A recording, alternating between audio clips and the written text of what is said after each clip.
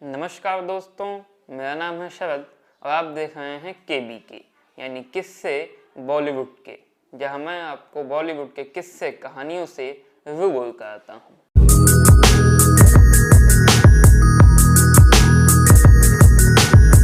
किस्से बॉलीवुड के में आज बात करेंगे बॉलीवुड के जंपिंग जैक जितेंद्र और बॉलीवुड के चिंटू ऋषि कपूर की।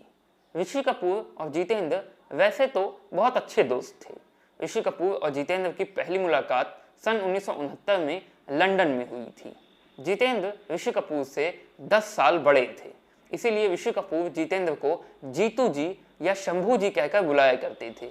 लेकिन धीरे धीरे ये दोनों इतने क्लोज फ्रेंड बन गए कि सारी औपचारिकताएं, सारी फॉर्मेलिटीज खत्म हो गई और ऋषि कपूर जितेंद्र को जीतू या शंभू कहकर बुलाने लगे और जितेंद्र ऋषि कपूर को चिंटू कहकर बुलाने लगे। जितेंद्र ने ऋषि कपूर के कैरियर में भी उनकी काफ़ी मदद की। वैसे अंतिम निर्णय ऋषि कपूर का ही होता था, लेकिन जितेंद्र उनको बहुत ही वाइज एडवाइजर्स, बड़ी अच्छी सलाहें दिया करते थे। लेकिन इन दोनों की अच्छी दोस्ती के रिश्ते में एक बार दरार पड़ी है। एक बार ऋषि कपूर और जितेंद्र में भयंकर झगड़ा हुआ था और इन दोनों के संबंधों में कड़वाहट आ गई थी। यह सारा बखेड़ा जितेंद्र की बेटी एकता कपूर के कारण हुआ था। एकता कपूर सन 2003 में एक फिल्म बना रही थी, कुछ तो है। उस कुछ तो है नाम की फिल्म में एकता कपूर ने ऋषि कपूर को भी एक रोल ऑफर किया। ऋषि कपूर के पास उस वक्त कोई ज़्यादा काम नहीं था, इसीलिए ऋषि कपूर ने उस रोल को एक्सेप्ट कर लिया। उस फिल्म में ऋषि कपूर का रोल एक ऐसे आदमी का था जिसे शुरुआत में लोग विलेन समझते हैं, लेकिन बाद में वो एक पुलिस वाला निकलता है। तकरीबन 10 दिनों की शूटिंग थी ऋषि कपूर की। 10 दिन में ऋषि कपूर अपना काम खत्म कर लेते, लेकिन फिल्म के फिल्मांकन और शूटिंग में बहुत ज़्यादा अव्यवस्था थी। उन्होंने निर्धारित से बहुत ज़्यादा शूटिंग की और शूट किए गए सीन को बार बार शूट किया। उन्होंने शूटिंग के बीच में ही डायरेक्टर अनुराग बसु को बदल डाला और फिर जल्दी ही कैमरामैन को भी बदल दिया और फिर जल्दी ही उन्होंने ऋषि कपूर के चरित्र को ही बदल डाला। उन्होंने ऋषि कपूर को खलनायक बना डाला और बीच बीच में भी पटकथा में उल्टा पुल्टा करते रहे। ऋषि कपूर परेशान हो गए। ऋषि कपूर ने एकता कपूर को समझाया कि ऐसे फिल्में नहीं बनाई जाती। आप पात्रों के चरित्र के साथ इस तरह मनमाने ढंग से खेल नहीं कर सकते हैं और कहानी में दिन के मूड की तरह चेंजेस नहीं कर सकते हैं। ऋषि कपूर ने एकता से कहा कि सेट पर बहुत ज़्यादा अव्यवस्था रहती है, किसी कलाकार को ये पता नहीं होता कि उसे क्या करना है, किसी भी काम की कोई स्पष्ट रूपरेखा नहीं होती है। ऋषि कपूर ने अपनी आत्मकथा खुल्लम खुल्ला में लिखा है कि वे पात्रों के साथ इस तरह से छेड़छाड़ करते थे जैसे टेलीविजन में होता है। ये सब ऋषि कपूर ने एकता को बताया, लेकिन एकता कपूर ने इस पर ध्यान नहीं दिया और कुछ भी सुधार नहीं हुआ। ऋषि कपूर बहुत परेशान हो गए क्योंकि ऋषि कपूर एक जिम्मेदार अभिनेता थे। उन्होंने हमेशा अपने काम को जिम्मेदारी से किया था और ऋषि कपूर ने अपनी आत्मकथा खुल्लम खुल्ला में लिखा है कि हमेशा से उनका ध्यान इस बात पर रहा था कि फिल्म हिट हो ना हो, लेकिन उस फिल्म में उनकी एक्टिंग हिट होनी चाहिए, यानी कि उस फिल्म में उनकी एक्टिंग अच्छी होनी चाहिए। इसीलिए फिल्म के शूटिंग में अगर कहीं भी उन्हें कोई भी गड़बड़ी दिखती थी तो ऋषि कपूर से सहन नहीं होता था। और इसी दौरान राहुल रवैल के भतीजे रजत रवैल उर्फ गोंगली की शादी की घटना हो गई। दरअसल राहुल रवैल और ऋषि कपूर बचपन के दोस्त थे, इसीलिए रवैल परिवार और कपूर परिवार में बड़ी निकटता थी, बड़ी इंटीमेसी थी। राहुल रवैल के भतीजे रजत रवैल, जिसे रजत रवैल के करीबी गोंगली कहा करते थे, उसकी शादी थी। ऋषि कपूर मेहताब स्टूडियो में एकता की फिल्म के लिए शूटिंग कर रहे थे, जो कि उनके घर के पास ही था।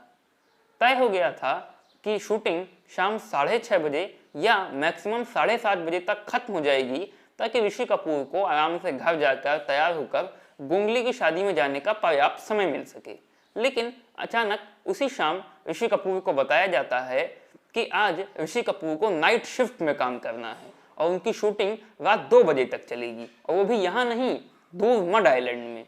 ऋषि कपूर को पता चला कि एकता की सहेली सुनीता मेनन ने फिल्म की रिलीजिंग के लिए एक गुड लक डेट, यानी कि एक शुभ तारीख निश्चित की है कि जिस दिन अगर फिल्म रिलीज होगी तो पक्का ही हिट जाएगी।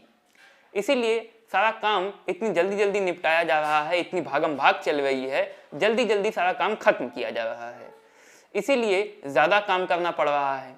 ऋषि कपूर ने जब इस प्लान का विरोध किया तब जितेंद्र ने ऋषि कपूर को फ़ोन कर दिया और जितेंद्र ने ऋषि कपूर से फोन पर शूटिंग करने की रिक्वेस्ट की, शूटिंग करने का जोर दिया और कहा कि पंजाबी शादी तो रात भर चलती है, तुम शूटिंग पूरी करके डायरेक्ट शादी में चले जाना। ऋषि कपूर अपने दोस्त को मना नहीं कर पाए, लेकिन उन्होंने अपनी आत्मकथा खुल्लम खुल्ला में लिखा है कि मुझे जितेंद्र का इस तरह से इस मामले में हस्तक्षेप करना बहुत बुरा लगा, क्योंकि ये एक तरह से मेरी दोस्ती का अपनी बेटी के काम में फायदा उठाना था। काम में दोस्ती का घालमेल मुझे बिल्कुल भी नहीं अच्छा लगता है। फिर भी Rishi Kapoor mud island shooting करने पहुंचे और वहां भी घोर अव्यवस्था का आलम देखकर ऋषि कपूर हत्थे से उखड़ गए। ऋषि कपूर का माथा ठनक गया। 11 बजे तक तो पहला शॉट ही नहीं हो पाया। ऋषि कपूर चिड़चिड़ाए भी कि उन्हें जाना है, लेकिन उनकी बात पर किसी ने कान नहीं दिया। 2:30 बजे तक ऋषि कपूर की शूटिंग हुई। शूटिंग पूरी करने के बाद ऋषि कपूर वैनिटी वैन में शावर लेकर जल्दी से शादी के समारोह की तरफ भागे, लेकिन जब तक वो वहां पहुंचे तब तक समारोह खत्म हो चुका था। रवेल परिवार ने इस बात का बहुत बुरा माना कि ऋषि कपूर ने शादी में शिरकत नहीं की और ऋषि कपूर मन ही मन जितेंद्र से गुस्सा थे, क्योंकि जितेंद्र ने ही इस मामले में हस्तक्षेप किया था। जितेंद्र ने ही ऋषि कपूर से शूटिंग करने की रिक्वेस्ट की थी।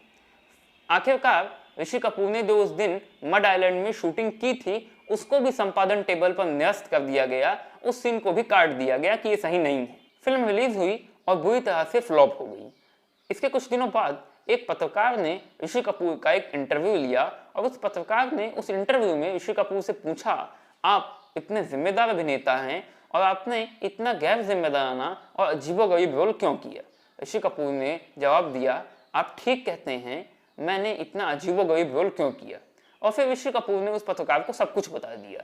ऋषि कपूर ने बताया कि मूल कहानी में ऐसा कोई चरित्र था ही नहीं, मुझे तो सकारात्मक भूमिका बताई गई थी, लेकिन मेरे चरित्र में इतने ज्यादा और इतने बार चेंजेस किए गए, बदलाव किए गए कि उसके कारण मेरा चरित्र ही बदल गया, मैं खलनायक बन गया। ऋषि कपूर ने यह भी बताया कि फिल्म की पटकथा बहुत गड़बड़ झाला वाली थी। उन्होंने डायरेक्टर अनुराग बसु को बीच में बदल दिया, कैमरामैन बदल दिया। ऋषि कपूर ने उस पत्रकार को यह भी कहा कि इस फिल्म से जुड़े जितने भी लोग थे, जितने भी कलाकार थे, वो सब टीवी इंडस्ट्री से आए थे और मैं ऐसे नए निर्देशकों और कलाकारों के पॉइंट ऑफ व्यू के साथ तालमेल नहीं बिठा सकता था।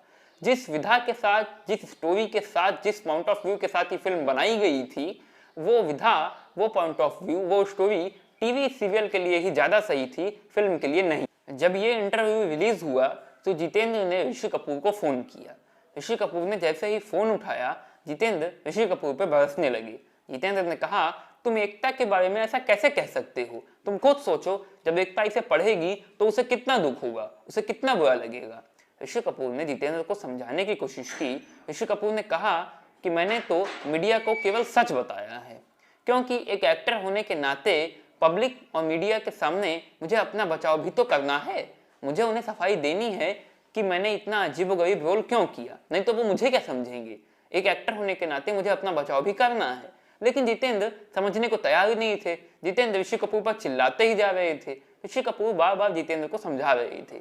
इसी चिल्लाने के दौरान जितेंद्र ने ऋषि कपूर से कहा, क्या बड़ा हीरो बन गया है तू, क्या हो गया है तुझे?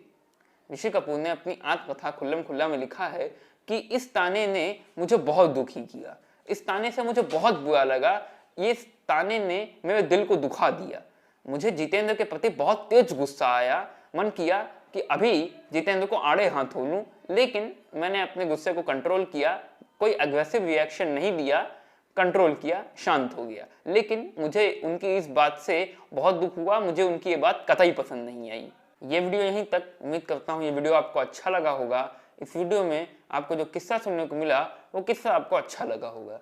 अगर किस्सा अच्छा लगा हो तो वीडियो को लाइक करिए, केबीके को सब्सक्राइब करिए और हाँ, जितेंद्र और ऋषि कपूर के इस झगड़े वाले मामले के बारे में आपके जो भी कमेंट्स हों प्लीज़ कमेंट सेक्शन में ज़रूर दीजिए।